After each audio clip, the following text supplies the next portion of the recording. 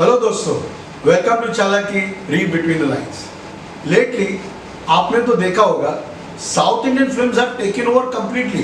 A lot of remakes in Hindi cinema has been happening since I started watching movies over 4 decades ago, and the vice versa is also true.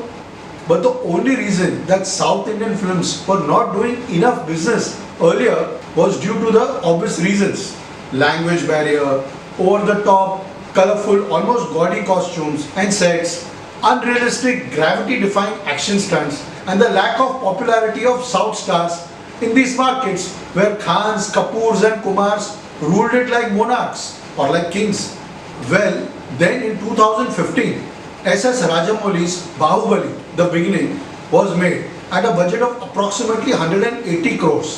It was originally made in Telugu and Tamil and later dubbed in Malayalam and Hindi.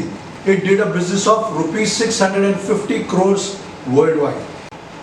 Films like PK, grossing rupees 854 crores in 2014, and Bajrangi Bhaijaan, rupees 969 crores in 2015, had more box office earnings than Bahubali. But the difference was that these movies hadn't broken the language barrier. They were predominantly earning from their traditional markets, Hindi belt and NRI segments. Bahubali 2, released in 2017, had a collection of 1,810 crores, second only to 2016 Amir Khan released Dangal at rupees 2024 crores, 2,224 crores, the highest grossing Indian film ever. Well, that's the past. Post-pandemic onslaught and the rise of the OTT platforms, films in theatres seemed like a distant dream for many producers, and economically it started to make sense to release movies on OTT platforms than theatres. Logic: larger audience reach, people still wary to visit theatres due to pandemic, so on and so forth. But wait a minute, with films like Pushpa, RRR, KGF1 and KGF2, यहाँ तो गंगा उल्टी ही बहने लगी। इसका क्या मतलब? इसका मतलब ये है कि ये सब मूवीज साउथ इंडिया की मल्टीलिंगुअल फिल्म्स हैं, यानी they are released in various languages across the country and the world. RRR was shot in Telugu and released in 5 languages including the 4 South Indian languages: Tamil, Telugu, Malayalam and Kannada, and finally Hindi. But guess what?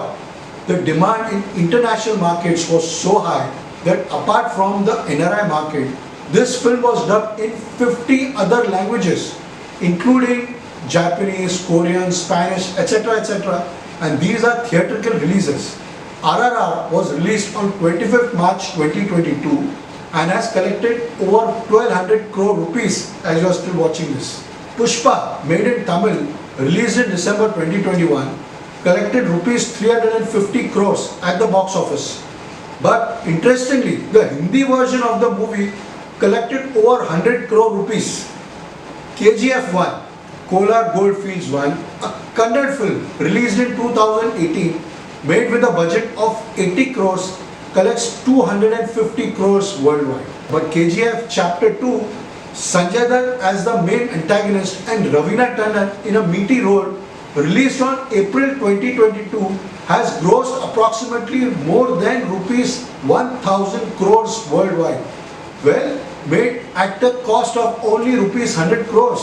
What do you say? Lungi dance in Bollywood ही नहीं, lungi dance worldwide.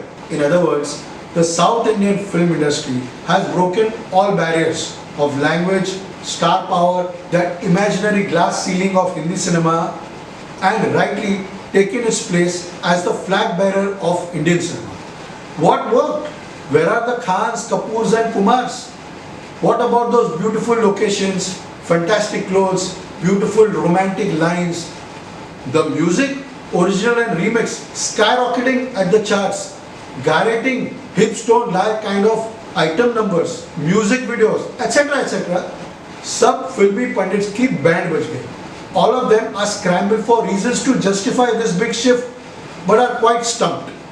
It also reminds me of the Mumbai Indians' performance in recent IPL, but that is our next episode. You get the drift, right?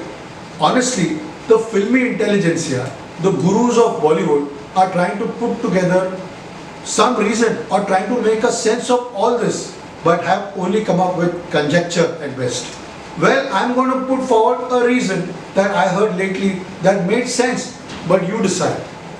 A lot of the reason why Amitabh Bachchan movies in the 1970s and 80s did extremely well, and he was aptly called the angry young man, for the roles he played had a context to India and the society and its challenges at that point in time.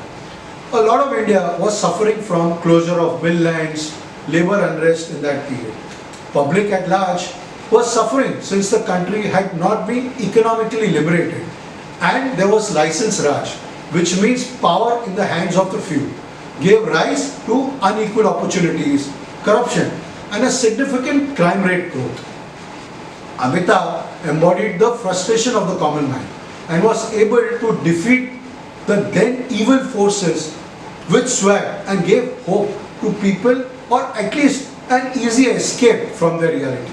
Movies like Diwar, Dawn, Kalia, Mukaddar Ka Sikandar all reflect victory of good over evil, poor over rich, have-nots getting even with the haves. Let's talk about 2021-2022. Since 2020, coronavirus has totally destroyed the livelihoods of people across income categories. In any geography, or whether one was a student or in a job, a professional or in business, notebandi or demonetization, farmers' agitation and inflation rise in petrol prices and therefore day-to-day commodities is a reality today. The discussion is not whether these decisions were beneficial for us or not. Let's be clear, I'm not passing a judgment on policy. I'm just trying to find a correlation between the frustrations that the general public was feeling back then and the exact situation that exists today. If you watch Pushpa, RRR and KGF, you will find that the protagonist or the hero comes from an ordinary background, thrust into situations that has transformed him into this fighting mean machine that decimates everything in sight to defeat the powerful, the corrupt forces, and finally emerges victorious. The audience is transported into this imaginary world where he probably identifies with the hero and imagines that he too can fight his situations with the same superpowers that the hero of the film possesses. And ultimately, he will win, even if there is no logic to it. You know why this happens, right? We heard it before, hope. And this escape from one's reality and the power to win despite all logical reasoning is why these movies, no matter how unrealistic they appear, really blow one's mind. So, as Karan Johar puts it, it's time to get rid of all these tags.